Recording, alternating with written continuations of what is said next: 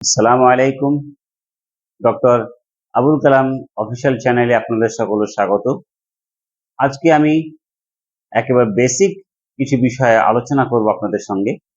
তার মধ্যে আছে আমাদের মাই ফ্যামিলি, অর্থাৎ আমার পরিবার। আমাদের পরিবারের পরিজনের যে সমস্ত সম্পর্কগুলো আমাদেরকে বলতে হয়, সেগুলো আমরা আরবিক এবং বাংলা বা ইংলিশে কিভাবে বলতে পারি, সেটা আজকে আলোচ্য বিষয়। তো শুরু করছি আপনার পিতা দিয়ে। ইংলিশে আমরা বলি ফাদার, আরবিকে বলা হয় ওটা আবুন। আব আব বা আবুন শব্দের অর্থ হচ্ছে ফাদার বা পিতা। বিশেষত মাদার, মা বা আম্মা আমরা বলে থাকি। আরবিকে বলে উম্মুন মানে মাদার বা মা।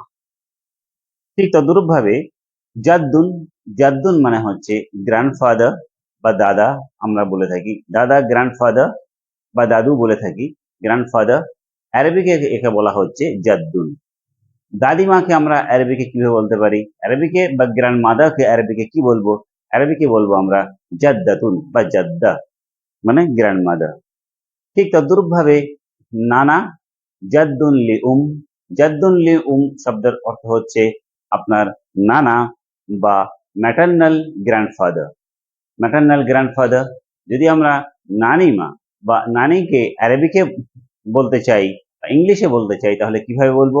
আরবিকে আমরা বলতে পারি জাদ্দাতুন লি ইংলিশে যেটাকে বলা হয় ম্যাটার্নাল গ্র্যান্ড মাদার। ঠিক তদ্রুপ ভাবে আমরা ভাই, ভাইকে আরবিকে কি বলা হয়? ভাইকে বলে আখ, ব্রাদার। আচ্ছা, বোনকে কি বলা হবে? উখতুন। উখতুন মানে বোন বা সিস্টার। আম্মুন মানে চাচা বা আঙ্কেল। আম্মাতুন আন্টি। এইভাবে আমরা আরবিকে এই সমস্ত শব্দগুলো বলতে পারি। ঠিক তদ্রুপ ভাবে থাকছে ইবনুন। ইবনুন মানে ছেলে বা সান।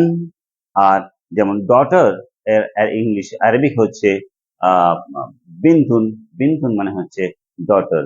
তো এগুলো ছিল আমাদের পরিবারের সম্পর্ক, কিভাবে আমরা ইংলিশ এবং আরবিকে বাংলায় বলবো সেই সংক্রান্ত। এবারে আসছি আমাদের দৈনন্দিন জীবনে, ছাত্র জীবনে যে প্রতিদিন ক্লাসরুমে আমাদের যেতে হয়, সেখানে বহু জিনিসের সঙ্গে আমাদের সম্মুখীন হতে হয়।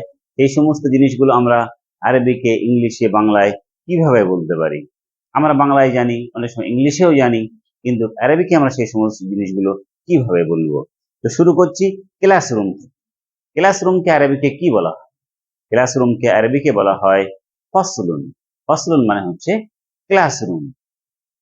তারপরে আপনার যিনি ক্লাসরুমে পাঠদান করাচ্ছেন, শিক্ষক, টিচার, আমি আরবিক ইংলিশে আমি বলছি।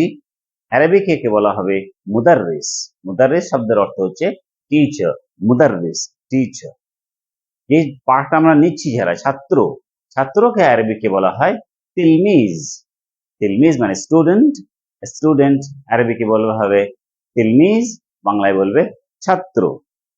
তারপরে শিক্ষক মশাই যেখানে আমাদেরকে পাঠদান করেন, বোর্ড, সেই বোর্ডটা অনেক সময় দুই রকম হয়ে থাকে। অনেক সময় ব্ল্যাক বোর্ড হয়, আবার কখনো কখনো সেটা হোয়াইট বোর্ড হয়। যে হোয়াইট বোর্ড হয় তাকে আরবিকে কিভাবে বলবো? হোয়াইট বোর্ডকে বলা হবে সাব্বুরাতুন বাইদা, অর্থাৎ হোয়াইট বোর্ড। আর যদি আমাদের বলতে হয় ব্ল্যাক বোর্ড, তাহলে বলতে হবে সাব্বুরাতুন সাউদা। সাব্বুরাতুন সাউদা ব্ল্যাক বোর্ড। ব্ল্যাক বোর্ড এবং হোয়াইট বোর্ড। তারপরে আর যে সমস্ত জিনিস আমাদের ছাত্র হিসেবে আমাদের ক্লাসরুমের সম্মুখীন হতে হয়, বইয়ের প্রয়োজন হয়। কিতাবুন, কিতাব মানে বুক বা বই। চেয়ার টেবিলে আমরা বসি, চেয়ারকে আরবিকে বলা হয় কুরসিউন। কুরসি মানে চেয়ার। আর তবিলাতুন, যার উপর আমরা বইপত্র রাখি, তবিলাতুন মানে হচ্ছে টেবিল, তার উপরে বইপত্র রেখে আমরা পড়াশোনা করি। যে ড্রেস আমাদের স্কুলে পরে যেতে হয়, যাকে আমরা স্কুল ইউনিফর্ম বলি, আরবিকে বলা হয় জিউন মাদ্রাসা। জি মাদ্রাসা অর্থাৎ স্কুল ইউনিফর্ম। ঠিক তদ্রুপ ভাবে স্কুল ব্যাগ হয় আমাদের, পিছনে ব্যাগ একটা স্কুলের নাম লেখা থাকে অনেক সময়। এগুলোকে আমরা স্কুল ব্যাগকে আরবিকে কিভাবে বলতে পারি? আরবিকে বলবো হাকিবা মাদ্রাসাইয়া। হাকিবা মাদ্রাসাইয়া স্কুল ব্যাগ। পেন ব্যবহার করি, পেনকে আমরা সাধারণত কলম বলে থাকি। কলম একটা আরবি শব্দ, অর্থাৎ কলামুন। কলম শব্দের অর্থ হচ্ছে বুক বা বই। কলমুন সরি পেন। ঠিক তদ্রুপ ভাবে পেন্সিলের প্রয়োজন হয় বাচ্চাদের, শিশুদের, পেন্সিলকে বলা হয় মিরসাম। মিরসাম মানে পেন্সিল। খাতার প্রয়োজন হয় কুররাসা, কুররাসা নোটবুক, খাতা।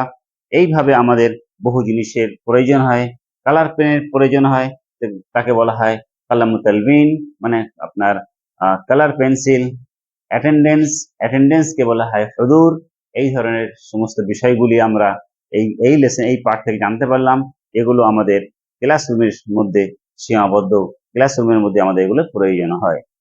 আমরা যদি নিজেদের শরীরের অঙ্গ প্রত্যঙ্গগুলোকে, এগুলোকে আরবিকে কিভাবে বলা হয়, সব না হয় কিছুটা আমরা যদি জানতে পারি, আস্তে আস্তে জানতে পারি, তাহলে আমাদের ভোকাবুলারি বাড়বে, আরবিক প্রতি আমাদের কনফিডেন্স বাড়বে। সেই জন্য আজকে খুব অল্প কয়েকটা বিষয় আমরা আলোচনা করব শরীরের অঙ্গ নিয়ে। তো শুরু করছি, চলুন উপর থেকে মাথার চুল থেকে শুরু করি। চুলকে বা হেয়ার, এটাকে আরবিকে বলা হয় শাআরুন। শাআরুন মানে হচ্ছে মাথার চুল, হেয়ার। তারপরে আপনার আছে আনফুন, আনফুন মানে হচ্ছে নোজ। তারপর আছে আপনার আইনুন, আইনুন মানে হচ্ছে আপনার চোখ। তারপরে আপনার বাতানুন, বাতানুন মানে পেট বা বেলি। ইয়াদুন হাত, কাদামুন পা, রাসুন মাথা বা হেড। তো এই সমস্ত বিষয়গুলি আমরা জানতে পারলাম। ইসবাউন, ইসবাউন মানে আঙুল, এই সমস্ত। আর পুরো শরীরকে জাসাদুন, বাদানুন বলা হয়, পুরো বডি। এই সমস্ত বিষয়গুলি আমরা আস্তে আস্তে আজকে এই পর্যন্ত শিখলাম। পরবর্তীতে আমরা আরো বিস্তারিত ভিডিও নিয়ে আসব, যেখানে আমরা শরীরের অন্য অংশগুলি এবং ক্লাসরুম বা অন্যান্য বিষয়গুলি আরো বিস্তারিতভাবে জানতে পারবো ইনশাআল্লাহ।